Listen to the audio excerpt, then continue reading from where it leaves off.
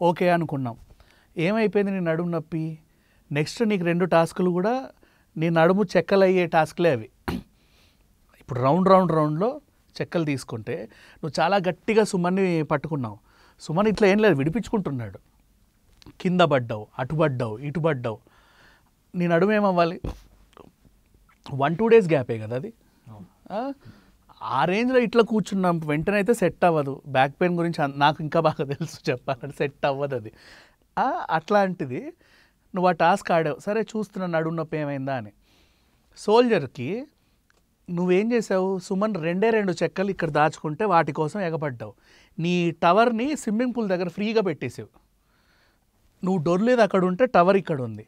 టవర్కి 2 అడుగుల దూరంలో సోల్జర్ ఉన్నాడు, ఫిట్గా ఉన్నాడు, వెళ్ళి తెచ్చుకోవచ్చు.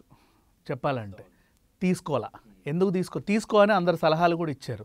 చూసేవాడికి కూడా అనిపిస్తుంది వీడు ఎందుకు తీసుకోలేదా అని. వాడిని గెలిపించాడు. ఇప్పుడు ప్లస్ అవి అక్కడ కింద కూడా పెట్టలేదు. నవ్వు చూడు, అగ్ని పరీక్ష నుంచి వచ్చిన వాళ్ళేగా ఇద్దరు. స్టార్టింగ్ ఓనర్స్ టెనెంట్స్ ఉన్నప్పుడు ఈ అగ్ని పరీక్ష వాళ్ళందరూ కూడా ఒక గుంపు గూడి ఒక స్ట్రాటజీ ప్లే చేసి వీళ్ళందరినీ తొక్కి నారదీసి మనమే ముందుకెళ్ళాలనుకున్న వాళ్ళేగా. ఆ తర్వాత ఓవర్ డ్రామా చేసిన అంకుల్ ఇద్దరు వెళ్ళిపోయారు.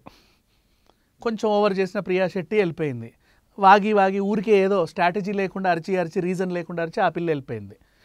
అందరూ వెళ్ళిపోగా వైల్డ్ కార్డ్ నుంచి వచ్చిన దివ్య కూడా వెళ్ళిపోయింది. వీళ్ళిద్దరే మిగిలింది. చెప్పాలంటే మొదటి నుంచి వీళ్ళు కళ్ళతోనే మాట్లాడుకుంటున్నారు. మ్యాచ్ ఫిక్సింగ్ ఇది.